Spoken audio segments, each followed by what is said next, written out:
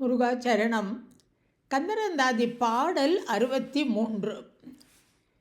இந்த பாடல் தியங்கா பொறி உண்டு என்று துவங்குகிற பாடல். இந்த பாடலில் அருணகிரிநாதர் இந்த ஐம்புலன்களால் ஆகிய உடம்பு ஒரு நாள் தீக்கீரையாக போகிறது என்பதும் சத்தியம்.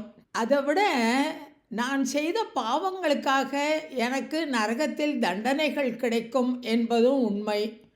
அந்த தண்டனைகளை குறிப்பிடுற போது ஒரு குறிப்பிட்ட தண்டனையை சொல்கிறார்.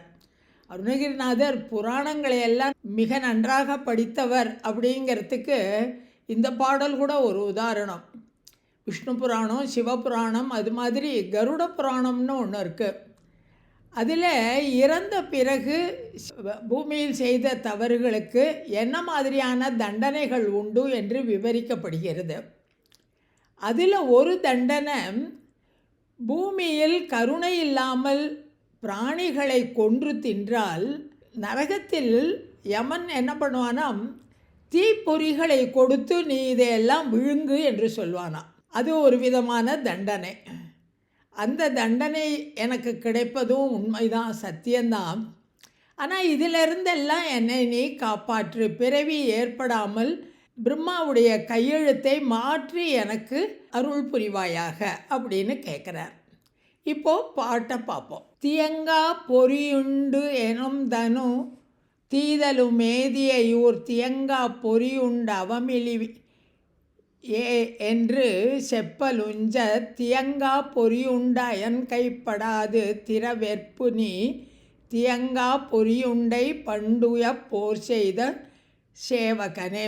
பாடலோட சொற்பிரிவை பார்த்தோம்னா, தியங்கா பொறியுண்டு எனும் தனு தீதலும் மேதியை ஊர்தி அங்கா பொறி உன் தவமிலியே என்று செப்பலும் சத்தியம். கா பொறியுண்டு அவன் கைப்படாது திற வெற்பு நிதியம் கா பொறியுண்டை பண்டு உய்ய போர் செய்த சேவகனே. முருகப்பெருமான் தேவர்களுக்காக அசுரர்களோடு போர் செய்து கிரௌஞ்ச மலையை அழித்து அவர்களுடைய சங்கநிதி, பத்மநிதி, கற்பக விருட்சம் இவற்றையெல்லாம் காப்பாற்றினான். அதை பின் 2 வரிகளில் சொல்கிறார்.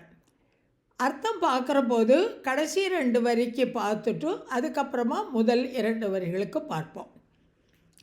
நிதியம் கா பொறியுண்டை பண்டு உய்ய திற வெற்பு போர் செய்த சேவகனே. நிதியம் சங்கநிதி, பத்மநிதி இவைகளும், கா கற்பக விருட்சம் இவையெல்லாம் இருக்கின்ற பொறியுண்டை, பொறியுண்டைனா ஏராளமான செல்வ செழிப்புடன் இருக்கின்ற தேவலோகம், பண்டு உய்ய முன்பு அழியாமல் பிழைக்கும்படி திற வெற்பு போர் செய்த சேவகனே. திறவெற்புன நிலை பெற்ற கிரௌஞ்ச மலையை போர் செய்த, அதை போரில் வென்று வீழ்த்திய சேவகனே, முழு வீரனே. தியங்கா பொறி உண்டு எனும் தனு தீதலும், தியங்கா கொஞ்சமும் கலக்கம் இல்லாமல், பொறி உண்டு எனும் இது ஐம்புலன்களை உடைய தனு, தனுனா உடம்பு. இந்த உடம்பில் 5 புலன்கள் இருக்கு.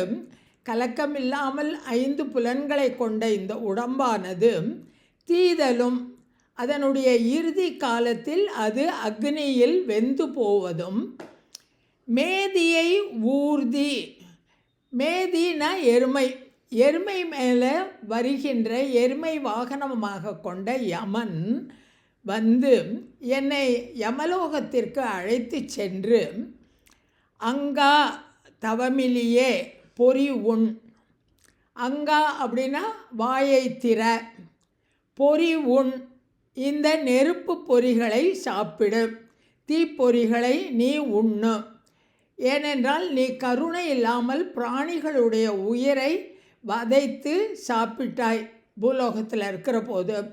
ஆகையினால் உன்னுடைய வாயை திறந்து இந்த தீப்பொறிகளை உண், தவமிலியே, கொஞ்சமும் தவம் செய்யாத பாவியே என்று சொல்லும் சத்தியம் என்று சொல்லப்போவதும், என்னை இந்த ஐம்புலன்களால் ஆகிய உடம்பு தீக்கிரையாவதும், இறந்து போன பிறகு யமன் என்னை நரகுலகிற்கு தூக்கி சென்று அங்கே தீப்பொறிகளை உண்ணு என்று தண்டனை கொடுப்பதும் சத்தியமானதே, உண்மையானதே. அதிலிருந்து இந்த மாதிரி பிரம்மா எழுதிய என்னுடைய தலையெழுத்திலிருந்து என்னை நீ காப்பாற்று. அயன் கைப்படாது. அயன்னா பிரம்மா. பிரம்மா மறுபடியும் என் தலையில் மீண்டும் பிறக்கும்படி எழுதாமல் நீ என்னை காத்தருள வேண்டும். முருகா, இந்த நீ கிரௌஞ்சமலையை அழித்தவன். அந்த தேவலோகத்தில் இருக்கின்ற சங்கநிதி, பத்மநிதி, கற்பக விருட்சம் இவற்றையெல்லாம் காப்பாற்றியனவன். முருகா, நீ என்னை யமன் தீக்கிரையாக்கி நரகிற்கு அழைத்து செல்லும்போதும் எனக்கு கொடுக்கின்ற தண்டனைகளிலிருந்து என்னை காப்பாற்றுவது மட்டுமல்லாமல், பிரம்மா மீண்டும் என் தலையில் எழுதி நான் மீண்டும் மீண்டும் இந்த பூமியில் பிறக்காதவாறு செய்ய நீ எனக்கு அருள் புரிய வேண்டும் அப்படின்னு இந்த பாடலில் கேட்குறார். முருகாச்சரணம்.